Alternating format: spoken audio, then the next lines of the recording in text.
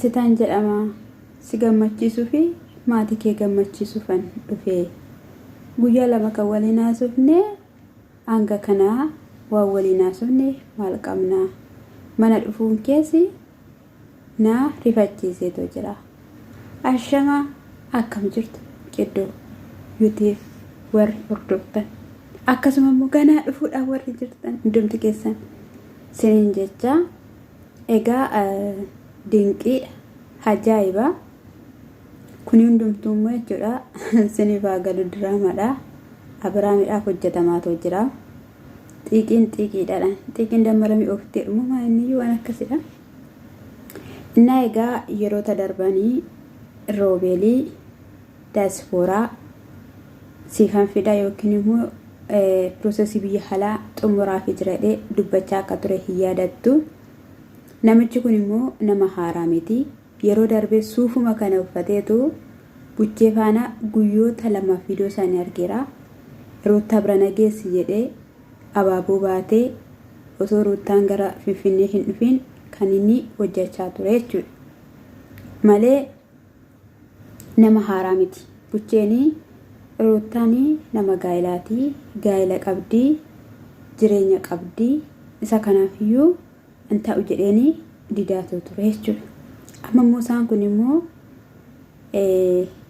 fidanii dhufanii jiru. Eenyu Faranjii fi Roobeel. Faranjii fi Roobeel jalqaba irratti baay'ee wal balaaleffatu turan. Bakka baay'ee jechuudha. Amma immoo firoomanii tokkomanii hojii kanaan hojjechaa jiru. Kuni kan hojjetamuu fi Abiraamumaaf sinifaa galu. Inni achiin talli namichi waan ta'ee kutaatti galee jettee halkan keessa sa'aatii 8 isaa waamtee diraamaa irratti hojjette nachi hoomachaa asisii itti dabalamee waliigalatti haa'umachaa jedhanii kan irratti hojjetanii jechuudha. Sinii galeera. Egaa sana booda Roobeelis Manoo Faranjuunis Dastaanis dallanaa wayyuu maqaan isaa garuu dalloo jedhanii ni gaarii turenna. Ani ruuttaadhaan nan jaaladha. Miidiyaa irratti ishii beekaa. Akkasumas immoo haalonni ishii nama keessa jirtu haalota ulfaataadha. Roobeelis immoo ani ruuttaadhaan gammachiisuudhaan duubatti hin deebi'u. Kallattii kamiiniyyuu akka isheen gammadduun barbaada. Namicha salzaallaa sana faana akka isheen jiraattu hin fedhu. Kanaaf immoo ishii jireenya gammachuu jiraatte jechuun jireenya gammachuu jiraadhe jechuudha. Ishii Faranjiin illee akkasuma jechuudha. Hingaa baay'ee dhiphatteetti wanta baay'ee dabarsiteetti jedhanii egaa hosuma haasawaanuu gara manaa dhaqa. Maal godheetu abaaboo baatee fitu dhaqee jechuudha. Balbala gaafa jalashiin saattu keessumaa finnee dhufneedhanii yeroo kanatti abaaboo sana harkaa fudhachuun barbaanne naabbatte jechuudha. Achi fudhu si'iif hin ta'a si'iif hin mala waan ta'eef fudhadhuudhani booda fudhatte jechuudha.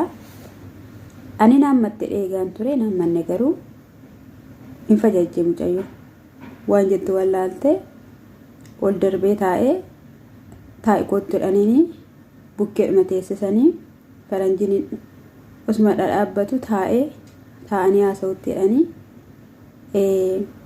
ani gammachuu kee barbaada. Namni kunis immoo Dastaadhama. Si jaalata. Si fudhatee Awurooppaa lixuu barbaada. Mucaa keessi si gammachiisee si jiraachisa jedhanii. Faranjiin illee akkaati gammaddu kallattii hundumaaniyyuu akkasii ta'u kanii barbaannu. Isa kanaaf immoo namni kun si jaalata simadhuudhaniini jechuudha. Isheen simachuu hin dandeenye girbiibitti isheedha jechuudha. Ingaa sana namicha sana faana akkati jiraattu hin fedhu. Namni kamiyyuu akkasitti taphatu hin barbaadu ani. Gaafa inni dhuun bakka kadassuun ittaasa'uu jalqabe. Dastaadhaan miti ittaasa'uu gaafa jalqabu ani sin jaaladha. Sin kabajaa iddoo guddaa si qabaa. Awurooppaan si fudhadhee galaa mucaa kee faana jennaani maal jechaa jirtu jedhanii jetteen jechuudha. Mucaa ijoolleenis immoo daddabalamaa buluu jedhaniini mucaan inni kun iyyuu ganaa reefu ja'a lama guutaa san ganaa ijoolleen daddabalamtii jedhuuni maalumaa subtu wanti sanaa subtannaaf hin gallee sumashin jettuuni bakka inni egaa jaalala ibsee fi ani nama gaariidha ani nama alanyaa miti inna wanta jiru immoo suuta keessa hin barraa nan beektu garuu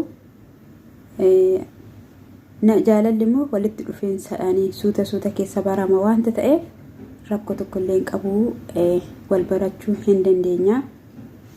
Itoophiyaa keessaa yeroo muraasan qabaa yeroo dhiyoo keessatti immoo iddoo garaagaraa si geessee si bashannansiisee mucaa kee faana haala garaagaraadhaan jedhanii sana booda suura mana keessa jiruun beektu suura Abrahaam hojjatee mana keessatti laxxafee jechuudha. Gadi buusii yoo si danda'ama ta'eera ta'e arguu hin barbaadu suura kee qofa fanniseedhaan jechuudha. Kana jechuun Abrahaamumaaf jechuudha akkuma dura siniin jedhe sana booda ishinisuma dubbanne ani si faana haasa'eera garuu waan amma kana haasofne waan amma kana walii gallee tokkollee hin jiraatu jennaan ani jaarsummaas nan ergaa jaarsummaas immoo ergan ergee booda sana booda si fudhadhee galaadheen kaayee si fudhadhee lixa Awurooppaa mana siifan bitaa konkolaataa siifan bitaa kan inni jedheeni yeroo baay'ee kan nama dhibu jechuudha. Mana konkolaataa waan akkasiidhaan jechuudha kan isaanii yeroo baay'ee walitti tilmaaman jechuudha. Nuti warri hiyyeessa jaalanne maalaa jennu inna san akkana godhatan gaan siniin jedhe warra akkasii warra qabeenyaadhaanii akkanan si ta'a akkasin si ta'a warra jedhanitti iyyuu yeroo baay'ee kufaatiin baay'ata jechuudha. Warra icciitiin isaanii warra maalummaan gaa'ela isaanii haala ba'u yeroo baay'ee kan isaanii diigaman jechuudha. Maal godhu kanatti siisaa maqaa Yesuusi inna egaa haasaa wanta garaa keessanii wanta keessan jiru haasawaa anii fi faranjiin gadi baanaa jedhee jechuudha. Roobeelii yeroo kanatti faranjiidhaan na biraan deemanii eessarattu adaraa waaqa eessarattu jette achi haasawaa bakka walii galaannaa qophaa keessan haasofta minaa jedhanii biraa deemanii heddummaa achi siqanii Roobeelummaa kana deebi'eetu mayitaa beetti jirraa dallansiisuun hin barbaachisu aarsuun hin barbaachisu garuu waliidhaan haasa'aadhe. Yeroo kanatti Ruutiyyee jedhanii innis itti haasa'uu jalqabee ishiinis immoo ani baay'een nahee amma sana waliin haasofne mana dhufuun keeyyuu na naasisetu jiraasa. Kanaafiyyuu osuma ishiin jettee egaa wanta tokko waliin haasa'anu hin baramaa ani baay'een si jaaladha dhiphina kana keessaa rakkoo kana keessaa osuma jedhanii waliin haasa'anu jechuudha. Osuma dudubbachaa jiraanu dhuma gubbaarratti haboon kachedhe ola seenee jechuudha balbala saaqee. Gaafa sana isheen uffettee afura baafattee innaate jechuudha. Innaate dhugaa rabbii dubbachuudhaaf nama kana fidaniitu itti bilbilaniitu isa waaman. Kuni qophii guddaadha jechuudha. Hojii guddaadha jechuudha. Murteeffatanii itti yaadaniitu kan isaan hojjetan malee uumaa wanta dingataa miti. Baazawee gaafa namni tokko duubarraan dhufee viidiyoo sana adda kutanii jechuudha. Walii bilbiluu wal quunnamu malee calli jedhee namni sun akka dingataa keessatti argamuu hin danda'u. Akkamitti keessatti argamame akkamittidhaan yaadama wanta akkana. Egaa ani dhuma gubbaarratti argayyuu malee ani viidiyoo kana inni arge hin maraatan jedhan. Maaliif roota nama kan faana arguun barbaadu Abrahaam bakka inni naaf jechuudha. Bakka baay'ee tokko namoota biratti arguun fedhu. Garuu mootti dhufe amma gaa wal qabatu jechuudha. Wal tumu jechuudha. Gaa wal xaadessu jechuudha.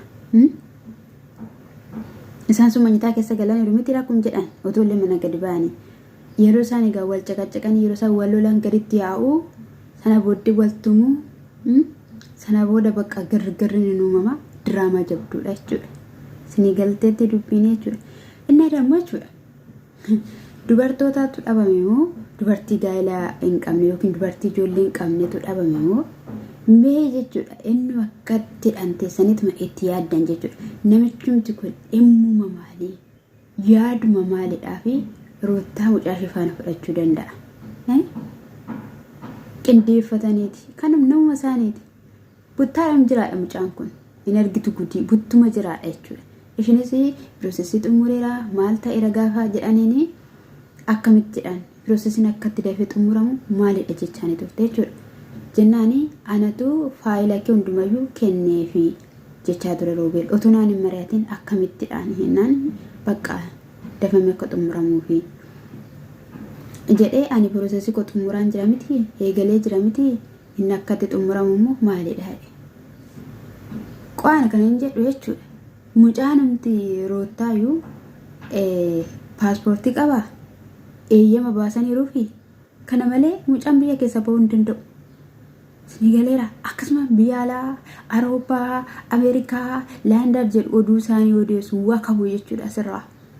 Amma kana mee otoo tokko deebitanii wal gorsitanii wal tasgabbeessitanii gaa'ela keessan jireenya keessanitti deebitanii isinii wayya.